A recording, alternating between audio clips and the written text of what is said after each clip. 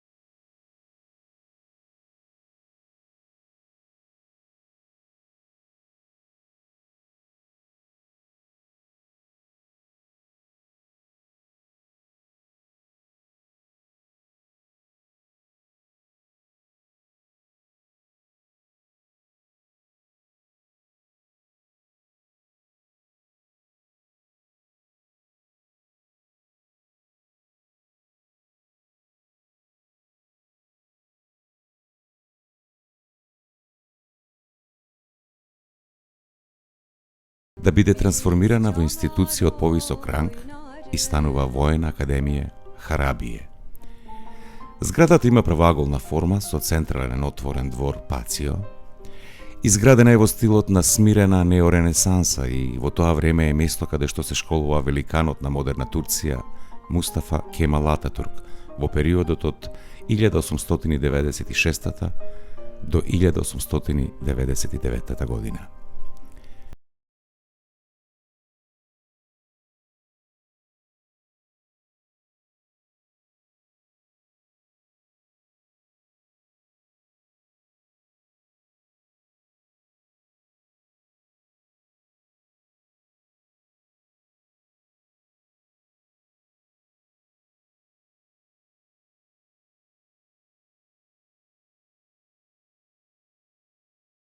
Пред Националната станова Завод и музеј Битола.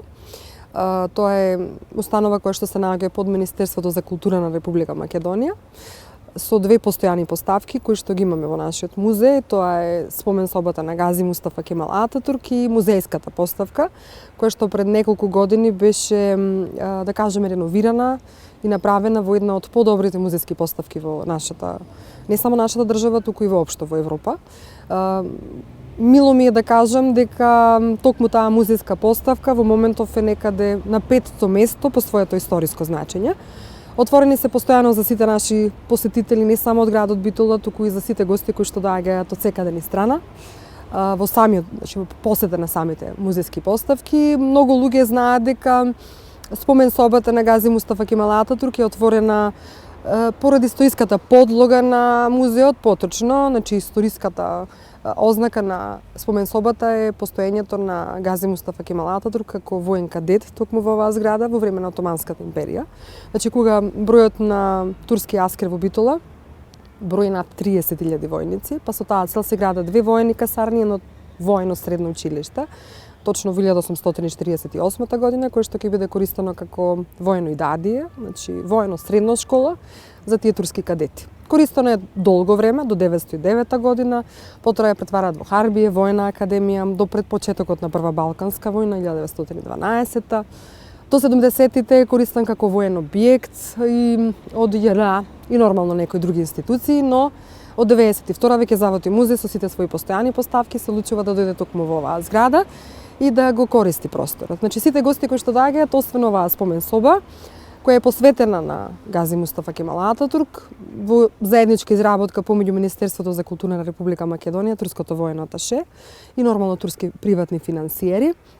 Отворена е 98 година во присуство на двата председатели во тоа време на двете држави, Кирил Глигоров на Македонија, председателот на Турција господинот Сулеман Демирел. На крајот од Чироксок се наоѓа прекрасната зграда на офицерскиот дом Битола, која што почнала да се гради 1911 година од тогашниот валија Абдул Керим Паша, а била завршена после Првата светска војна. Интересно е само да се спомене дека во стилските елементи на самата архитектура преовладуваат европските и маварските елементи.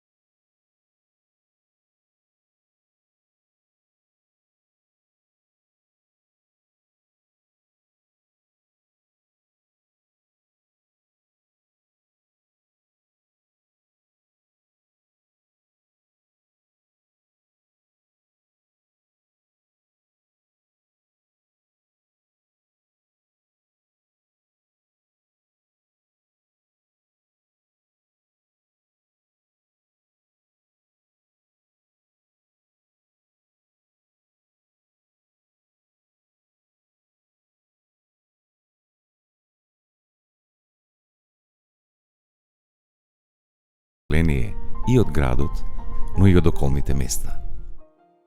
Битолската чаршија со околу 900 дуќани го диктирала темпото на занаетчиите и на самиот живот во Битола, и не само на битолчани, туку и на околните места.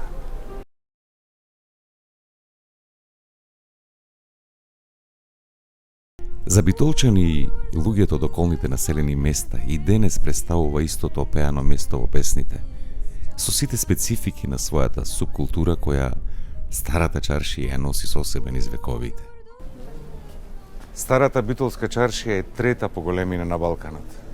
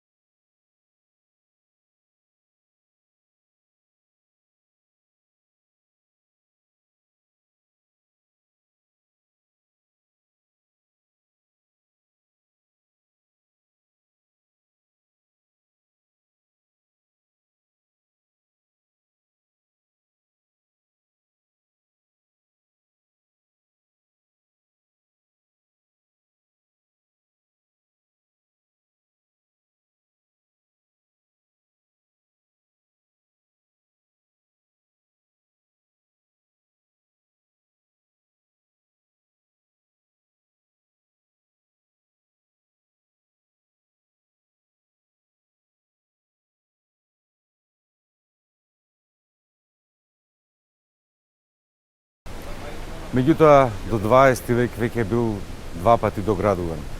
Значајно за него е што има во него 3 улици со дури 84 дуќани. Тоа е една импозантна градба, монументален споменик, изграден во масивен систем, со сводови и тој е покриен на практично чаршија, покриена и затворена чаршија. Во неговите 84 дуќани, сместени во трите улици, не само што се продавале најубавите скапоценности, туку се чувале и лирите од собраниот данок на битолскиот вилает, како и имотот на лицата починати без наследници. Денес оваа тврдина крие многу предизвици пред оние кои овде дошле да купат дел од минатото на овие.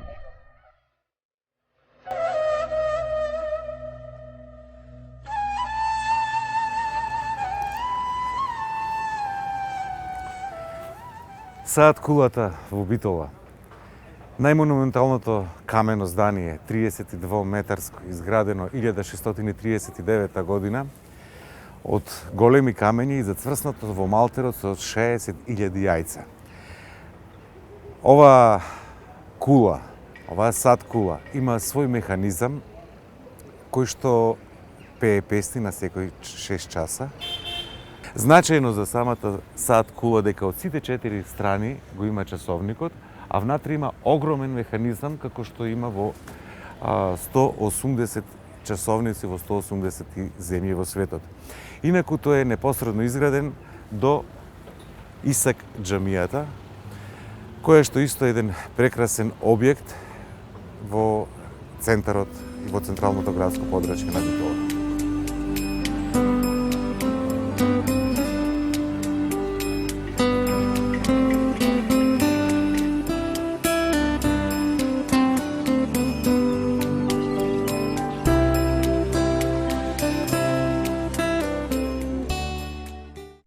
Годината 1830, кога е изградена оваа црква, не представува само хронолошки знак, туку само еден фрагмент од вечноста.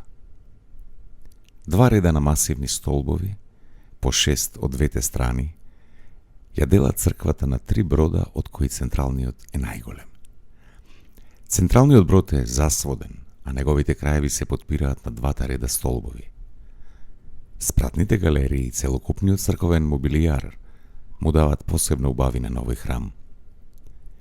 Централниот олтар е посветен на Свети Димитрија, јужниот Благовести и северниот на Свети Никола.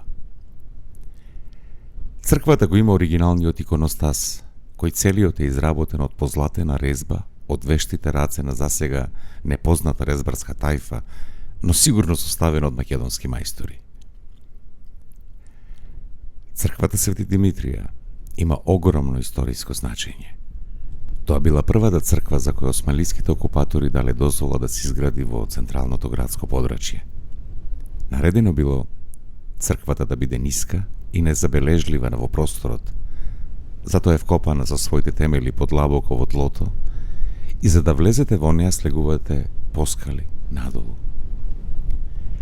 Црквата покрај религиозната функција имала функција на место каде се собирале интелектуалците и се едуцирало населението, како што и се организирале во борбата против османлиската власт.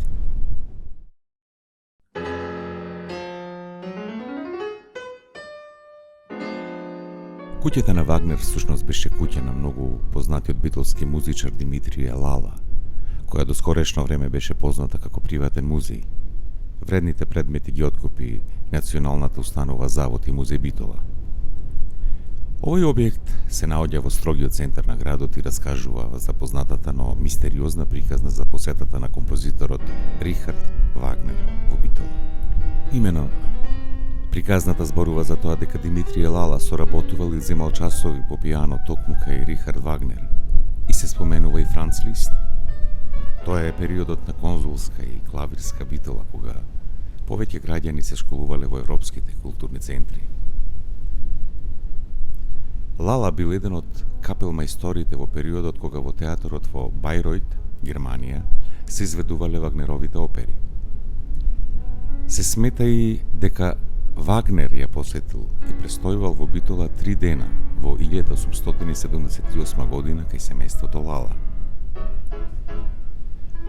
Мистериозната приказна понатаму вели дека битолчанецот Лала се сближил и имал афера со втората сопруга на Вагнер, Козима, зашто овој бил особено љубоморен. Најомилениот студент на Вагнер, грчкиот пианист Емилиос Риадис, раскажува дека кога во Париз си предал писмо на Козима од Димитар, на незините очи навреле солзи.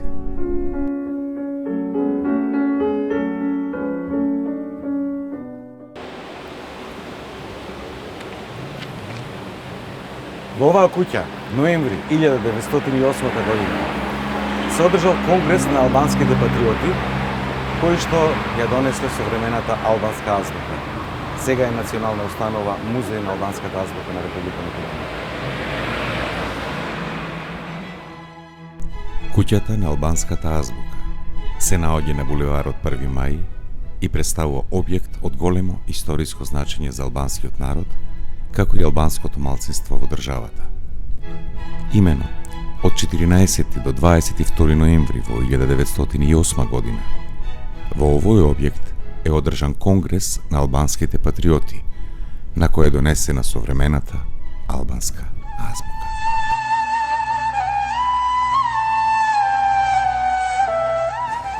Јени џамијата, еден навистина интересен објект во срцето на градот Битола, кој што долги години се користеше како уметничка галерија, каде што има своји изложби најрепрезентативните и битолчани, а и оние уметници од графичкото триенале кои што ги споменавме во музејот во Битола. А најинтересен податок за оваа џамија е дека со ископините кои што се направени од пред неколку години, под неа се наоѓа црквата Свети Ѓорги, така да оваа џамија е изградена над црквата. Јени џами. И таа џамија е интересна по тоа што е позната и по името Нал џамија. Тоа би значило како потковица. Исхак Челеби Ибн Иса џамија е изградена во 1506 година и таа е една од најстарите зачувани џамии во Битола. Изградена е наспроти Саат Кулата и големиот Безистен. Оваа џамија, чиј минарет е висок околу 50 метри, едноставно доминира во просторот. Реновирана е во 2015 година, се уште е една од најимпозантните во целата држава. Од 17 век потекнува и познатото Зандан-куле. Тоа е приватна кула изградена во дворот на големиот шифлик на битолскиот муфтија Хаджи Махмут Ефендија во 1628-29, кој бил учен теолог и писател, дервиш од редот на Шибенди. Неговата огромна библиотека се чувала во кулата се до 1863 година, кога била земена од битолскиот валија Хисени Паша, пошто и се губи трагата. Ктиторот бил сметан и за свет човек, а кулата и незината непосредна околина биле култно место.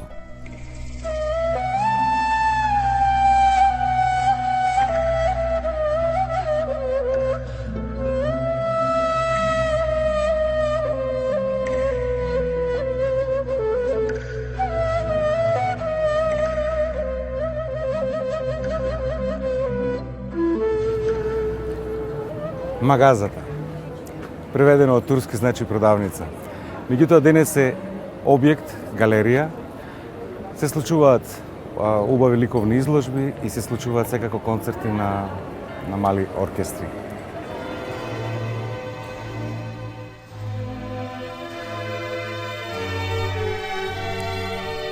Католичката црква изградена е во 1909 година во новогодски француски стил. Архитектонскиот план за изградба на католичката црква бил изработен од страна на француски архитект, но реализиран од страна на македонски мајстори. Најдоминантна од сите статуи е статуата на Пресвето срце Исусово, која се наоѓа во центарот на главниот олтар. Камбанаријата на црквата е изградена во периодот од 1938-1940 година и е подарок од словенечките верници. Во групата на јавни објекти, во чиј архитектонски израз се забележливи европските влијанија, се вбројува и страноприемницата Локанда, лоцирана во централниот дел на Широксокак. Тој е првиот хотел изграден од страна на државата за сместување на високи воени лица при нивниот престој во Битола и за времено сместување на конзуларните представници. Подоцна објектот бил откупен од француската влада за потребите на лазаристичката мисија за 12.000 франци, а денес истиот функционира дел како стамбен објект, дел се користи за потребите на католичката црква.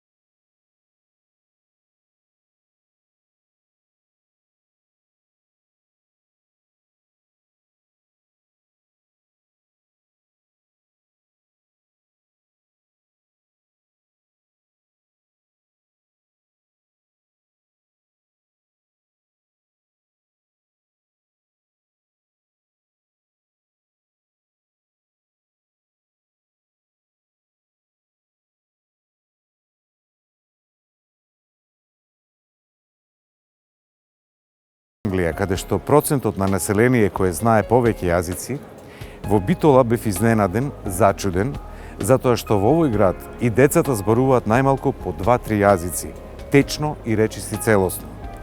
Ако ја имаме во предвид изреката колку јазици знаеш, толку луѓе вредиш, тогаш замислете каква е таа средина и во културен, и во економски, и во цивилизацијски план во однос на нашата, каде ретко може да се најде човек кој зборува најмногу 2 јазици.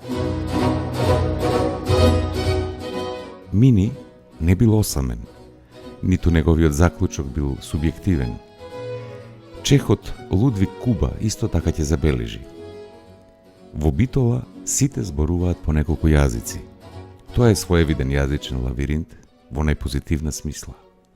При што, како калеидоскоп, сите го одразуваат духовното шаренило, што го прави овој град посебен, специфичен, во кој самиот живот е своевидно творештво, во кој е испреплетен митот, архетипот, традицијата, комуникацијата, збогатена и воздигната на едно многу повисоко и посуштинско ниво. Оваа основа, оваа состојба е еден од главните предуслови или говорен семиотички духовен багаж, кој што градот ќе го издигнат и постават на еден висок пиедестал, важен, афирмативен и уникатен во развојот на балканската култура и творештво, па и пошироко, имајќи го во предвид европското милје. Всушност, еден од првите европски импулси или духовни настани значени за современата европска култура започнува од средината на 16-тиот век со битолскиот рабин Јосеф бен Левивек. Покрај бројните книжевни дела, тој е автор на 4-томните респонси. Првиот објавен во Цариград, вториот во Венеција, а сите заедно во Амстердам во 1762 година. Се смета за еден од најзначајните книжевни автори воопшто, не само по капиталното 4-томно дело туку и по бројните раскази и новели кои биле објавени по неговата смрт. Современата балканска па и европска книжевност свој длабоки и исклучително важни корени ги има токму во овој град.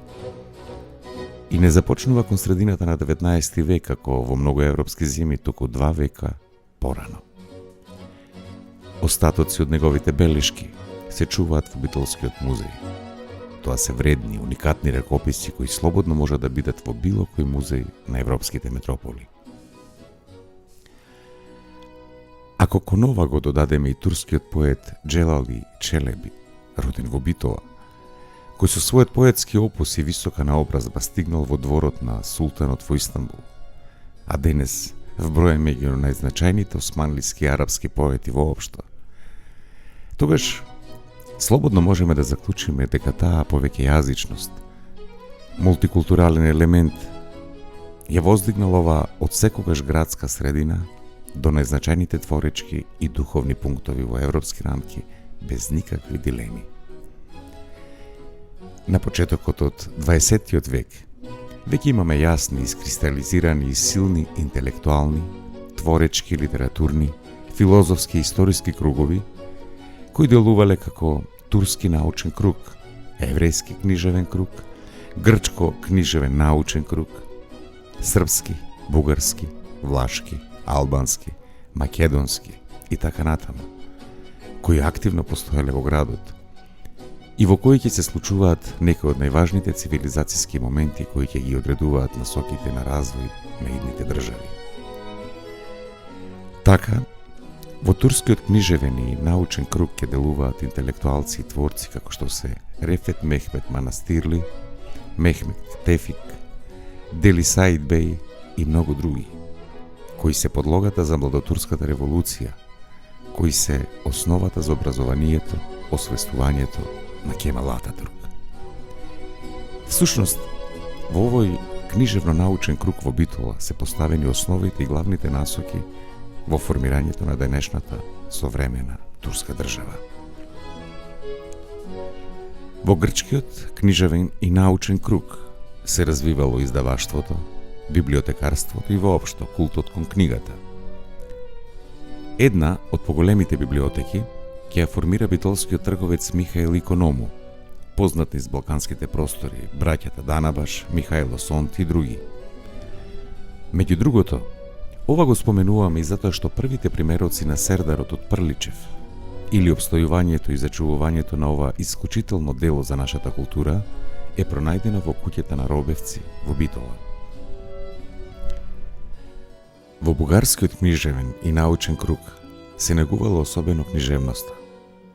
На почетокот од векот бил популаризиран Тургенев, Гете, биле поставувани и првите театарски огледи, а треба да се обележи и делувањето работата на битолчанецот Иван Дорев, кој што е еден од најзначајните издавачи, меѓу другото и на учебници со кои ќе изврши значајна улога во просветлувањето на населението. Како куриозитет може да се спомене дека во тој период во Битола подолго предстојувал еден од најзначајните бугарски поети, Пејо Јаворов, авторот и на биографијата за Гоце Делчев. Книжевниот и научниот круг на власите, само да ги споменеме Михаил Николеску, роден во село Трново, и Константин Белимаче од село Маловиште. Првиот е наречен националниот поет на власите, а вториот националниот трубадур на власите. Нивните гробови денес се во влашките гробишта во Битола. Во српскиот научен и книжевен круг свој траг ги оставил Бранислав Нушик по потекло од Битола. Како и Павле Васиќ, долгогодишен председател на Академијата на науките и уметностите во Белград и еден од научниците со светска кариера. Нушик се разбира ќе биде запаметен и како еден од втемелувачите на театарското живење во оваа средина. Во албанскиот научен и книжевен круг доволно е да се спомене дека на почетокот на 20 век во Битола била кодифицирана албанската азбука, заради што денес тука постои музеот на албанската писменост. Македонскиот книжевен и научен круг има богата и повеќе вековна генеза. Меѓу најстарите словенски ракописи воопшто се во голема мера по потекло од овие средини или се наречени според битолскиот контекст. Битолскиот триот на ракописи од 11 век, битолски листови од 12 век, битолски изборен октоих од 12 век, посен триот од Битола од 13 век, четворо Евангелие битолско и така натаму, а Буковскиот манастир во близина на градот бил наречен Македонски Хиландар, во кој имало огромен број на ракописи и книги. Арсений Јовков во тој период ќе забележи: Битола ја игра најзначајната улога за развојот на националната мисла на македонците. Битола е патриарх на татковината и светилникот на природбата. Од тука бие срцето кое ја испраќаше револуционерната крв до сите артерии на македонската организација. Таа е престолнина на идеалот и моралот. Тоа се зборовите на Арсений Јовков, авторот на романот Илинден, и првиот синеаст Кајнас, авторот на првото сценарио во македонската кинематографија. Факти кои многу ретко може да се најдат или открија денес. Битола е една од најважните точки на созревање на Мисирков. Од тука тој ќе ги поставува основите на македонскиот литературен јазик. После Втората светска војна, градот некако добива некаква сила и почнува да ги откопува сите оние закопани тестаменти на самиот град. Неслучајно е речено дека е најопеан град. Да, тој е најопеан град, меѓутоа никаде не се споменува автор, освен после тоа на еден човек. Но скоро се што е создадено во вид на музика е безимено. Тоа значи, тоа е крикот на самиот град. После војната, значи тој крик на некој начин ќе се пренесе низ народот, низ населението и ќе се случи еден чуден феномен, еден чуден и многу редок феномен, кога наеднаш се пробудува градот заедно со своите жители и без некои големи диалектики, постепености, ќе проблесни во ликовен план, ќе проблесни во музички план, во литературен план, во културен план, во театарски план.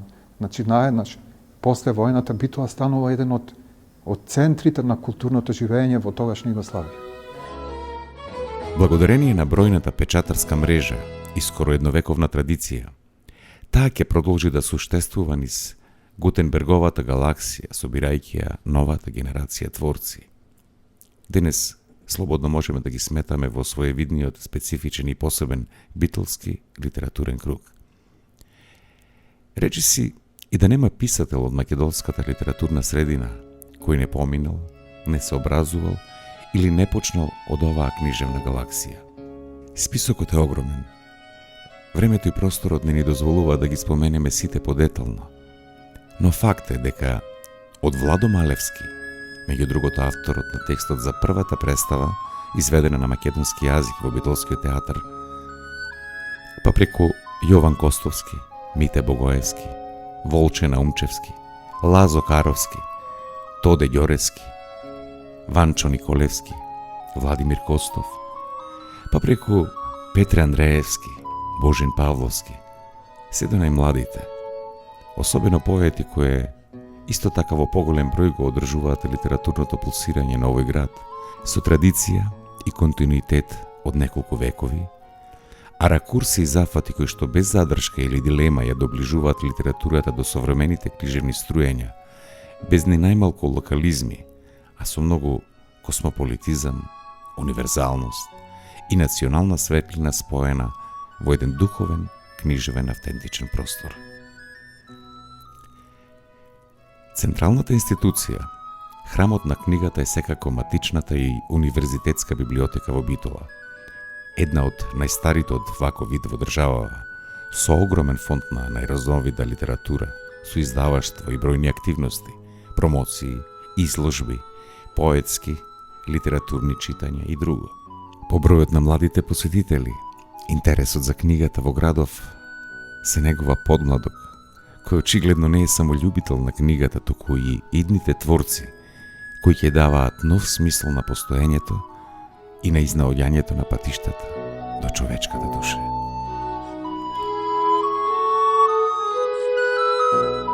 Битолската ликовна сцена е мощна и специфична и во многу ситуации отвара простор за подлабоки, поаналитички и посеопфатни анализи.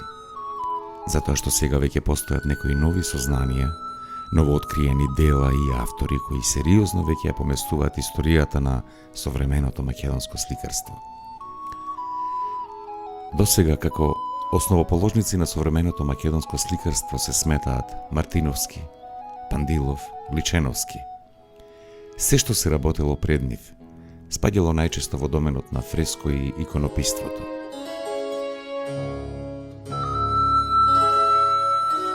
Во Битолскиот музеј постојат две изложени дела за кои не се знае многу, но со сигурност се по потекло од оваа средина. Првото е портрет на две деца, работено во Бидермаер, виенски стил, од крајот на 19. век. Сериозното проучување на генезата на ова дело може да ги помести границите за појавувањето на современото македонско сликарство. Во овој контекст, незаобиколно треба да се вброи опусот на Гамлиел Гастон, кој живеел и работел во Битола до 30-тите години на 20. век. Мајка му била по потекло од Виена, жена со широко образование. Забележани биле и нејзините концерти за пијано кои повремено ги давала пред битолската публика. Татко му бил трговец од Солун. Гамлиел, покрај реалистичките портрети, има оставено и неколку пейзажи, слики на архитектура и, што е најважно, воопшто непознато за македонската јавност, тој е авторот на првиот стрип, можеби и во балкански рамки.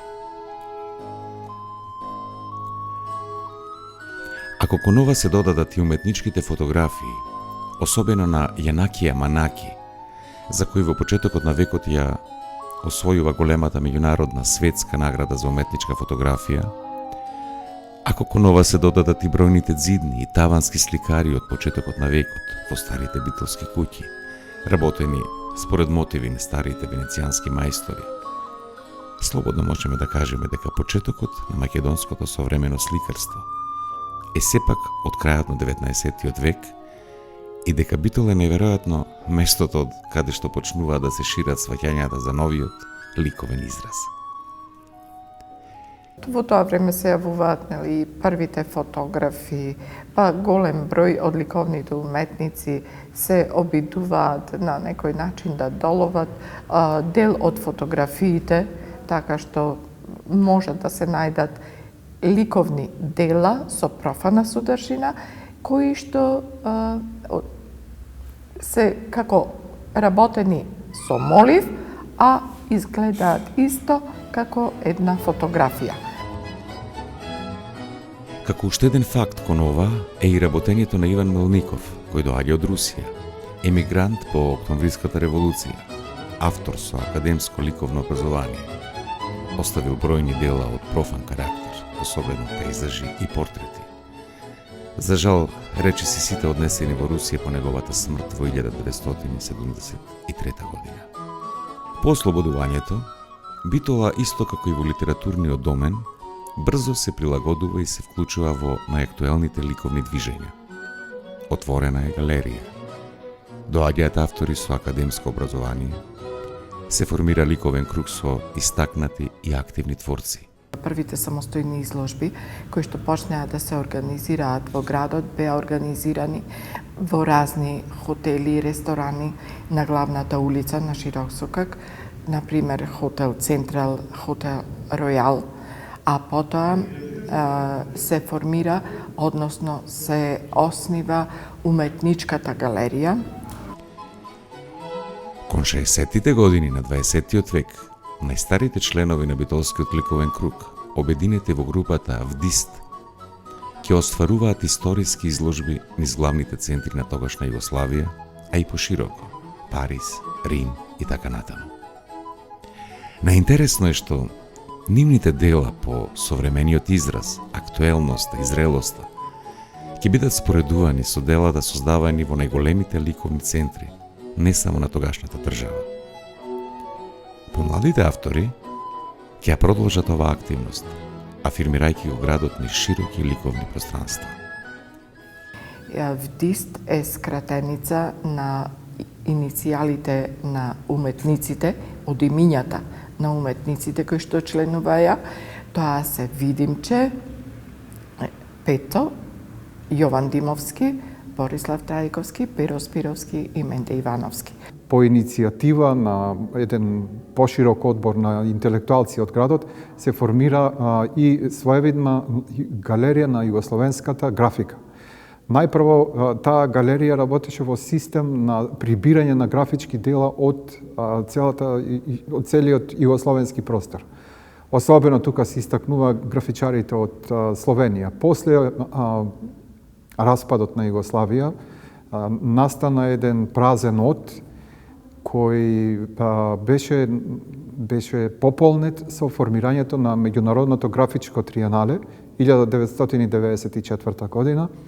До сега се организирани 8 вакви меѓународни манифестации. На тие 8 меѓународни манифестации имат настапено над 5000 автори од околу 100 држави од светот и во својот радиус на дејствување на свое презентирање, ова графичко триенале се бројува меѓу врвните во светот.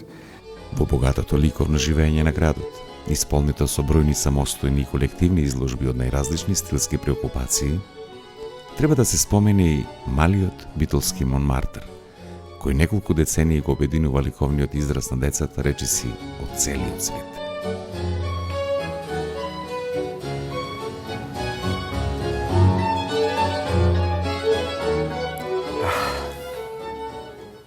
Борислав Трајковски, еден од најголемите битолски уметници, ликовни уметници.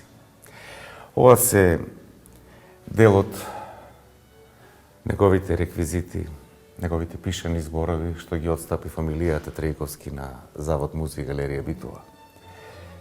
Посебна благодарност од мене до фамилијата, тоа што ни го отстапи најголемото негово дело за плакатот на Хенри VI, со кој бевме во Лондон.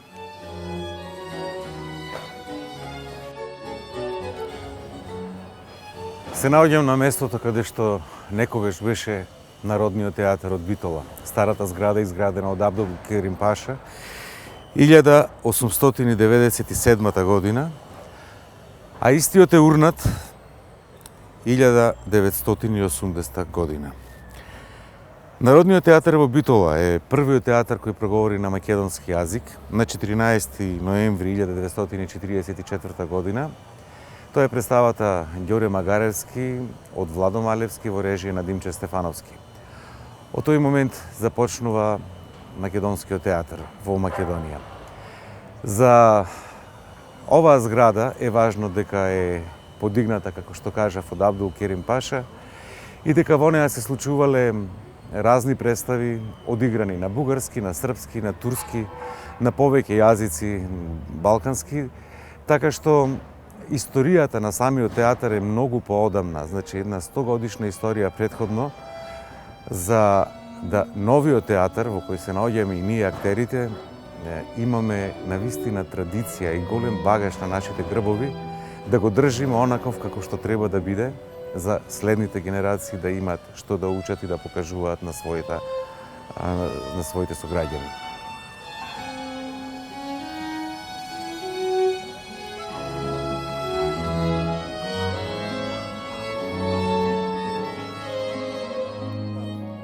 Од 45 година првата театарска представа на македонски јазик се случува токму тука во Битола во овој театар, кој подоцна е рушен, на негово место изграден новиот театар, но суштествено е да се спомене дека особено во тој југословенски период овој театар станува еден од значајните театарски сценски простори во Југославија, во тогашна Југославија.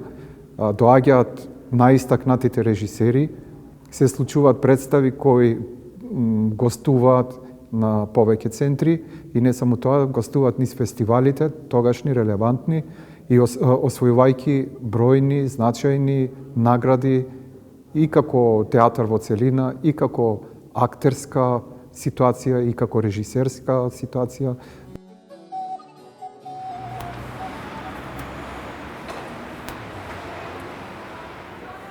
Народен театар Битола, најрепрезентативната установа, национална установа во Република Македонија.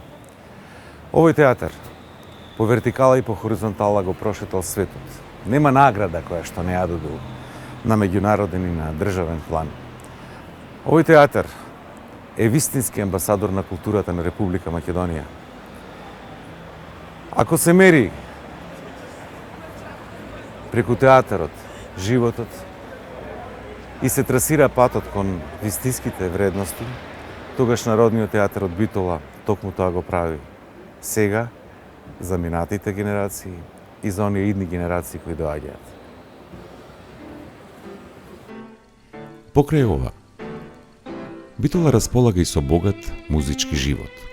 Ансамбли, пеачи, пеачки групи, имало многу.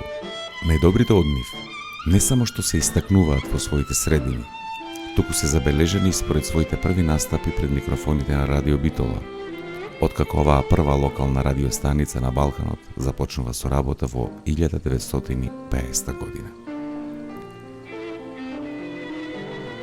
Во еден период во градот обстојуваше симфониски оркестар. Овој оркестар долги години им ласкаше на најпребирливите вкусови на префинетата битолска публика со своите импресивни изведби на опери, концерти и музички рецитали. Имено, на 1 февруари 1960 година одржан е првиот концерт на Битолската филхармонија. Во Битола е роден и Кирил Македонски, авторот на првата македонска опера Гоце, кој подоцна на својата публика ќе ги подари оперите Цар Самуил и Дамај Груев и Линден. Балети, голем број дела со меѓународен квалитет. Диригентот и истакнатиот музички работник, академик Георги Здравев, ја поставува првата опера во градот Орфеј и Евридика од Кристоф Вилибалд Глук на 3 февруари 1960 година, што само по себе е настан без преседан, кој што зборува за високо европско музичко живење. Истата година, на 4 април, одржан е вториот концерт на Битолската филхармонија под диригентска палка на професор Георги Здравев. Сепак, од низата музички настани, најзапаметена по својата импресивност ќе биде премиерата на операта Орфеј, диригент Георги Здравев, режисер Кирил Македонски, сценограф Петар Ангеловски, поставена на 12 јуни 1965 година во Хераклеја Лингестис. Тоа беше историски чин, каде музичарите, критичарите, меѓу кои и Скаловски и солистите, кажа дека тоа е посебно уметничко доживување. Тука пеја наши студенти, кои денес многу често ме споменуваат и се благодарни за она што го направивме во тогашна Хераклеја. Вреди да се истакне и сентенцата толку пати повторувана дека тоа е најопеаниот град, со специфично негување на староградски песни, кои се еден вид на шансони и балади, карактеристични за ова подрачје, аналогни на певите кои ги среќаваме низ европските метрополи. А како не истакнак, кантавторот овој домен е секако Ајри Демировски, чиј опус, чие творештво, потпрено токму на оваа староградска шансониерска традиција, и ден денес ја прават музички препознатлива Битола низ цел свет. Неговите песни за Битола, како и некои песни од народното творештво, без претерување се познати подпевнувани од Кина па до Аргентина. Скоро и да нема место каде што некој не го знае рефренот за Битола, мој роден крај. За тебе пејам од срцето.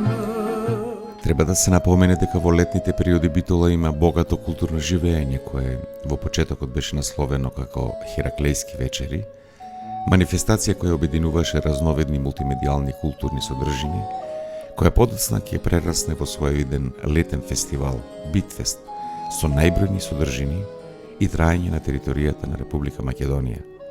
и соучество на врни творци и ансамбли од скоро сите области на уметничкото изразување, како на домашен, така и на меѓународен план.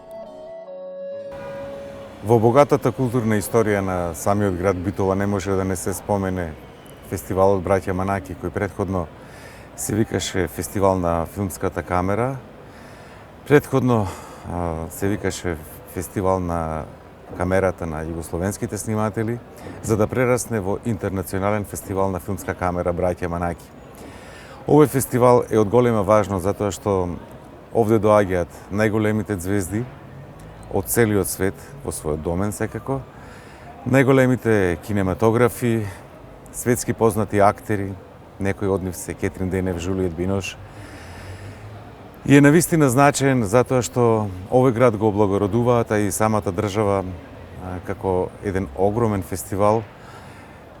Ја прават еден амбасадор на културата во градот каде што се родени првите сниматели на Балканот, Милтон и Јанакија Манаки.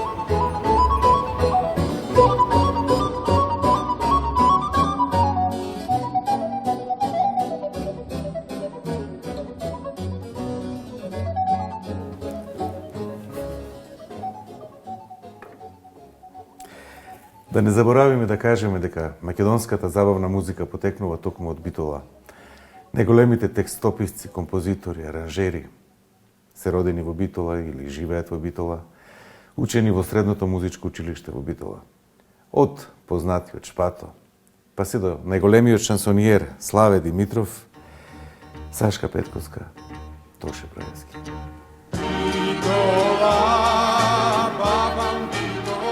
Тој е град кој што богатството на неговите безброј приказни никогаш докрај не исцрпени, постојано нови и длабоко втемелени во секој негов милиметар, по полека, со длабока верба ги раскажува преку неговите жители, преку неговите идеалистички жители. Приказни кои се пеат преку песни кои остануваат за секогаш запаметени и повторувани низ широките пространства. Приказни забележани низ постојаниот извор на поезијата која ја пишуваат. Приказни искажани преку бојата, платната, преку мудроста, преку говорот, преку поинаквото гледање на светот, на небото. Приказни кои зборуваат за вистинската, единствена љубов, која секогаш трае и е се подлабока и подлабока. Љубовта на еден град и љубовта на неговите чеда. Битола е доказот дека љубовта на животот најпрво се изразува преку создавањето на неповторливо гнездо. Гнездо создадено од соништа, мечти и грудки од родната земја.